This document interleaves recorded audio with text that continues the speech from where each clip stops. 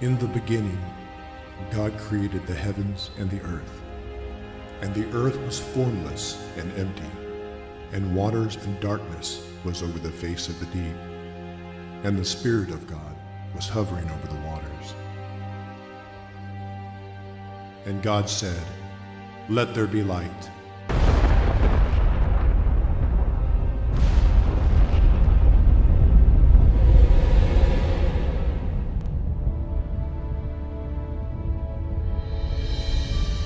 And there was light. God saw that the light was good, and he separated the light from the darkness. God called the light day, and the darkness he called night.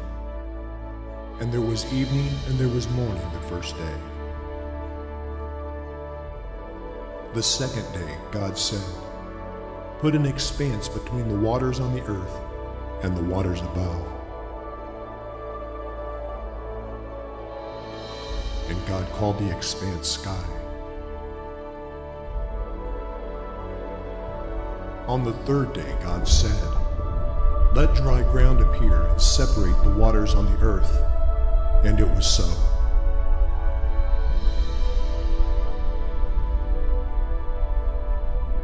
God called the dry ground land, and waters he called seas. And God saw that it was good.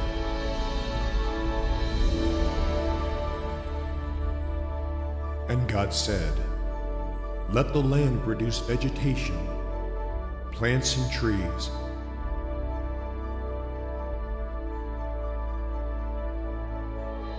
The land produced plants and trees bearing fruit according to their kinds.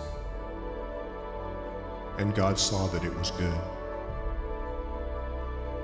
The fourth day God said, "Let there be lights in the expanse of the sky to give light on earth."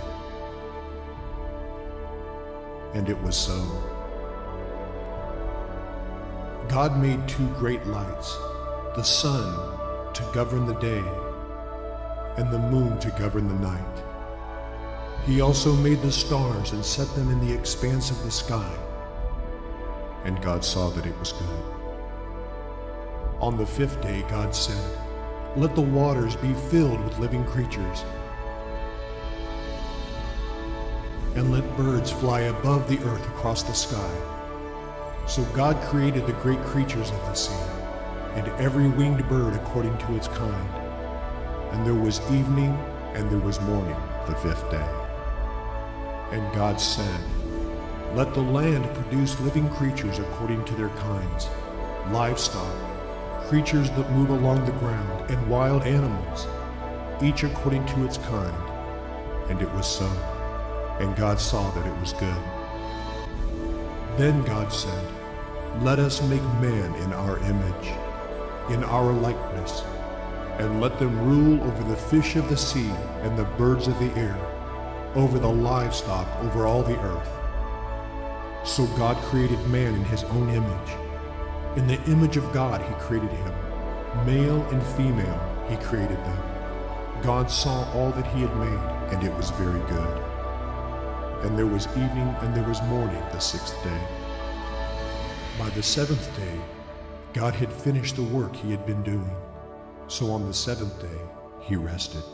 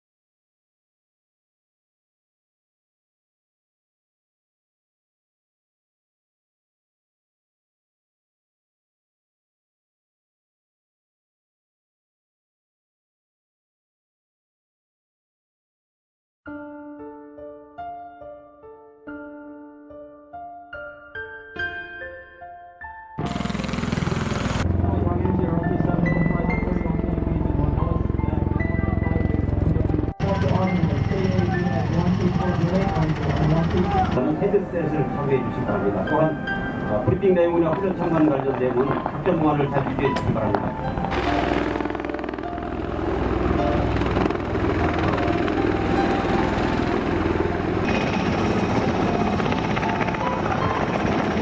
예, 눈에 보십시오. 현재 우측에 공격 중의 상황으로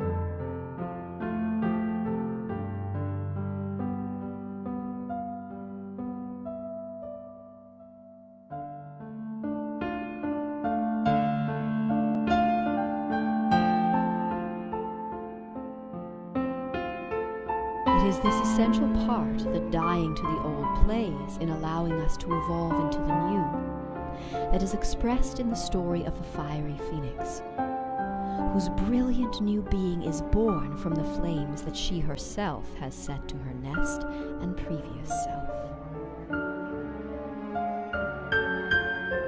And it is this concept of giving oneself over so that they may be raised to new spiritual heights that is reflected in the words of the Taoist sage Lao Tzu when he says in the Tao Te Ching, "If you want to be given everything, you must give up everything."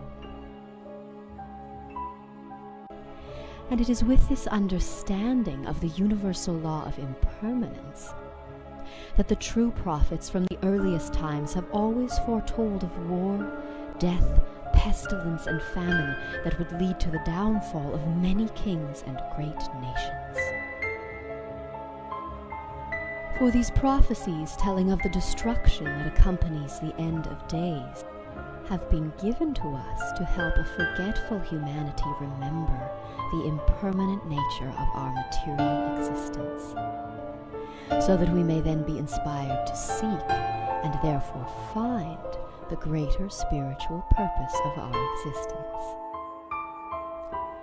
And thus, in accordance with the prophecies, the physical events that typically occur during the end of days have been designed to escalate to such a dramatic level that most of humanity will be faced with the possibility of their own death and the loss of everything that they have worked to achieve in the material world, all of which would occur for the divine purpose of shifting humanity's perspective from the physical to the spiritual. For in a world where so many are living only for material achievement and survival, it will not be until that material reality is threatened with extinction, and when money and luxury fail to satisfy our needs for peace and comfort, that the majority of people will awaken to the worthlessness of material wealth and success, and thereby be inspired to seek inwards to find a new purpose and meaning for life. And in doing so, many will finally understand the words that they have been uttering for so long, which state that we are not human beings having a spiritual experience, but rather we are spiritual beings having a human experience. And thus, when the events of the end of days have served their divine purpose, when the death and destruction have shaken us from our material it is this essential part that the end of days may play in assisting humanity's spiritual evolution by awakening us to the liberating law of impermanence and thus our spiritual purpose for being that ensures that one day an end will come. For it would appear that humanity is in need of a severe shaking to wake it up from the madness and illusions of its current existence. Thus, when the prophesied end of days reveals that everything we have come to believe and all that we have strived to achieve can be swept away in an instant, then may we realize the depth of foolishness that we have exhibited by living only to attain temporary material wealth, pleasure, and success for the self at the expense of our eternal spiritual soul.